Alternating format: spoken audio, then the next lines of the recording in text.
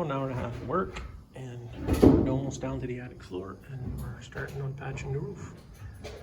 So. Are you making a video, Trevor? Yes, I'm making a video. You making your video? Yeah, you want to be in the video? All right. Hey. So it's going well. Probably another 2 hours and we got down to the kitchen floor and that's in the soft. So yeah. Everything's going well. You get a view outside, down the roof. I've got all kinds of stuff doing the next half hour.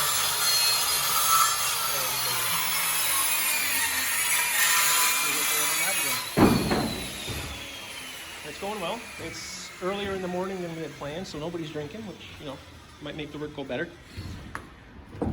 Yeah. It'll be all right.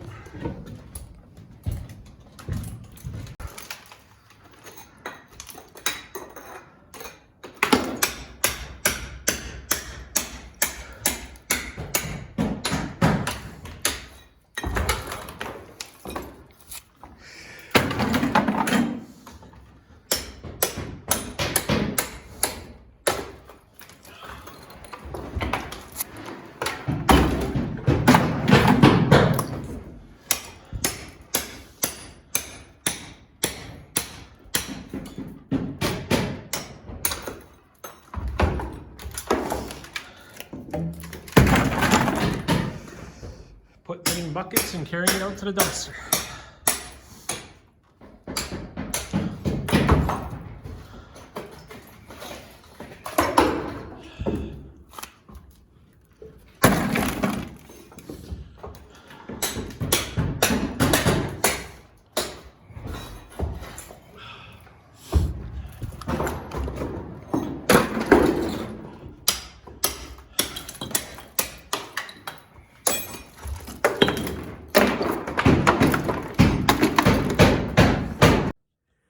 YouTube, it is approximately, let me change my watch, 2:16.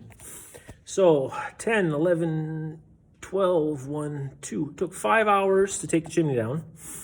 We started at 10 o'clock this morning. We got snowed out yesterday.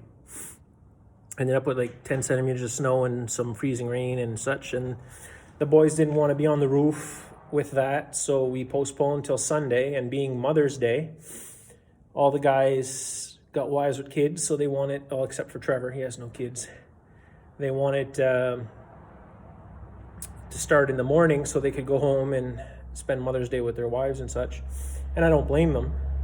So there wasn't as much fooling around and drinking as I thought there'd be. It was more of a serious, let's get this done and get the hell out of here kind of job. But it's done. There's still a couple of feet of chimney in the basement. I told the boys to stop.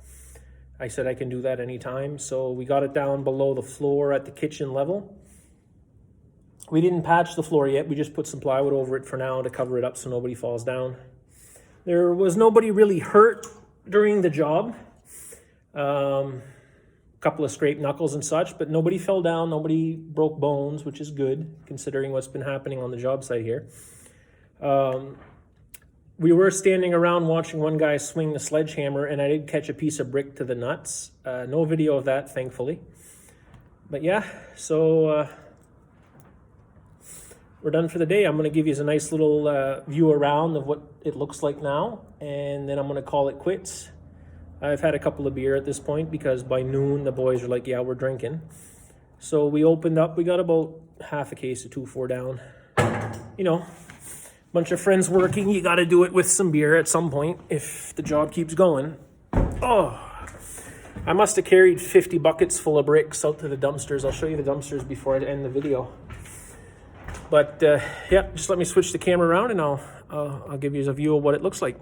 All right, we're all switched around now. So as you can see here, we got some new lumber.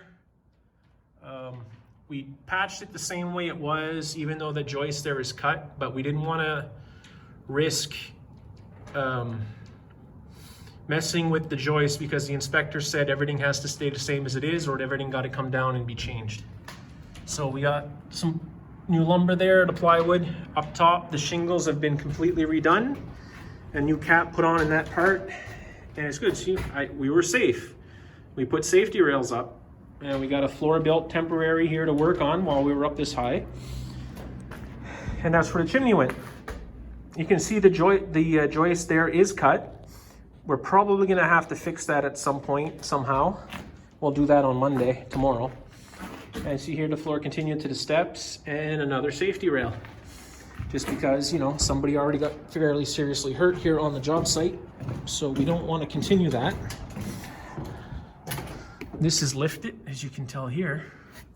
I don't know how that lifted. We're gonna have to adjust that. Coming back downstairs. And here we are in the kitchen, and there you can see where the joist was cut off to the other end there. Get a good view of it. So we'll have to patch that some way without angering the inspector. And we put a piece of plywood here over the floor. Just get it out of the way. You can still see there is some chimney still there.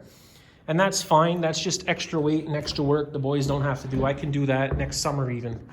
It's not an end of the world kind of problem. Bear with me while I put the plywood back over the hole here, because we don't want someone coming in and falling into that, get hurt. So there. So we were using these buckets to carry out, and here's the last load. I'll get that out to the dumpster, and I'll show you what we put in the dumpsters.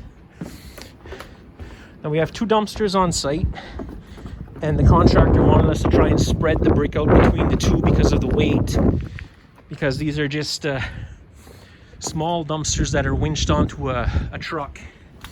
So yeah, that's what we got in one. Couple of pieces of flue section, and that's what we got in the other. So I think we did a good job of spreading it out. A few beer cans here and there, but you know what? We broke all the buckets doing this, so I might as well just leave that bucket right there. It's not gonna hold anything much anymore. It's pretty busted. All the 4 buckets we were using all got cracks or splits in them now. Here's a better look at Friday's job. We're gonna have to do a little bit of patchwork there because it's bowed out, so we're gonna have to try and make it fit. And we also got here the sill joist fixed while we were here today. We managed to get that done. So that's good. Just gonna unplug this for when they do the rewiring there. It's a heat trace that goes into the rain gutters to melt ice. So we don't need that right now. You can see the snow did a bit of a number on my patio here. And we found some socks.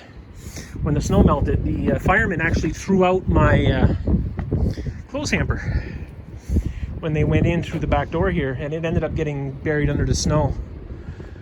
Here we got the ladder up, and you can see there the roof is patched, and you can't really tell there was anything there before. Rather than that, we even got, I think, 3 shingles left over. So we'll take those around, put them back in the garage, because might be needed for something else down the road. Here you get a nice view of my backyard. It's my back garage there. The slab on that lifts with the spring thaw in the back of the garage here. So you can't open it right now. So what I'll do is make a video of what's in there once the frost lets go in the ground and it settles back down. And I'll show you what that looks like. So here we are at the door to the garage. Get a little kick in. There. So you see, we do have quite a bit of material on site. We got the foam for the ceiling in the house for the R value.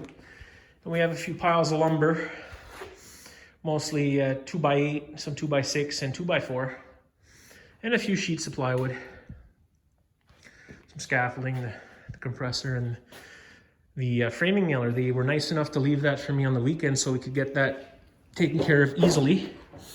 There you see the star from the floor again. Yeah, back in the garage. And I think we got just about all taken care of. We need it. Unlock this door, find out where we put the key. It's in my pocket. Okay, so we're gonna lock that back up. And we'll have you look that way while I hide the key. So, you know, nobody from YouTube comes and breaks into my garage. So yeah, I think we're cleaned up enough on the inside for Monday morning.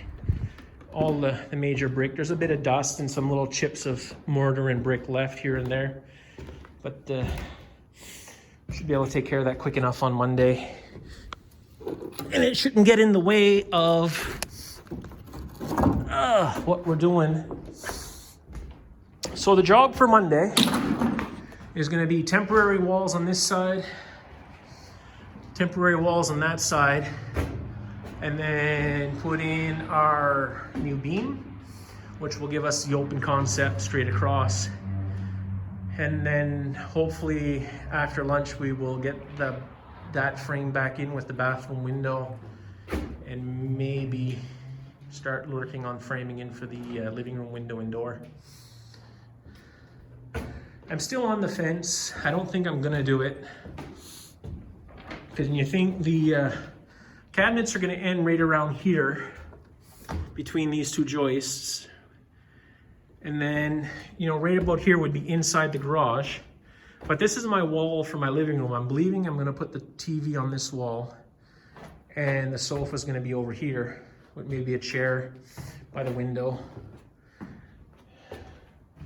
You know, we were talking about using the back door to get into the garage from parking in the garage, and we talked about possibly framing in a door here and just burying it in the plywood, or in the drywall, sorry, for future use.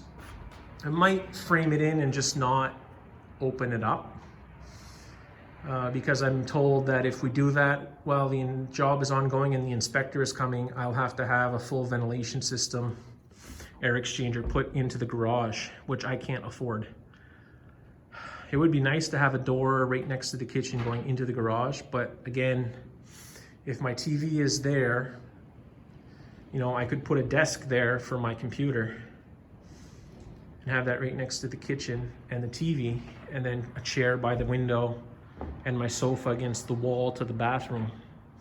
I think that's the best setup. So maybe we'll frame it in and just leave it for a future thought, and that'll be that. But yeah, so probably Tuesday these windows and this door will get reframed so they meet code. Oh, excuse me, a couple of beer in me and I'm burping. So yeah, there we are. That's what we did on the weekend. It wasn't as ruckus and drinking and fun time with the boys as I thought it'd be, but you know, snow delay and Mother's Day, that's what we get. But we still had a good time. The boys were nice enough to help out, and you know, hinted that they may help with the siding. So that's a good thing. One of the boys is currently laid off, so maybe you know, I'll throw a few bucks his way, and you'll help me with the siding and get it done faster than I thought. And until at least the things open up again more and he's back to work. So that's it.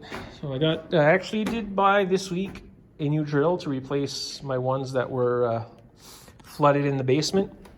So what we got is a set of DeWalt 20 volt max brushless. Just a nice little set of drills. I do have a Makita still. I have the screwdriver. The impact was in the basement, and the extra batteries and the charger were in the basement. So they were destroyed. So that Makita still has about a half charge on it since January. It's the battery held its charge really well. I'm impressed. But you know, I have no way of charging it, and for a 10-year-old drill set to rebuy chargers and batteries, probably not the smartest of investments. So I went with the good old DeWalt, and it should serve me well, I hope. So I'm gonna close up, pick up the last little bit, my tools, grab the left of what's left in the beer case, put that in the truck, and I'll head off back to the cabins and probably take a nice little overdose in naproxen to deal with the shoulder and back pain from carrying out those 50 or so buckets of bricks and then wailing away with the 20-pound sledge on the brick. I was gonna rent an electric jackhammer, handheld, for the job, and the boys told me not to bother. And then we were halfway down and they're like, it would be nice if we had an electric jackhammer. And I said, well, you guys told me not to get it. So we did it all by hand with sledges and hand hammers and chisels, and we got it done. It, like I said, took about 5 hours, and that's that. All right, so I'll leave you there. See you Monday afternoon.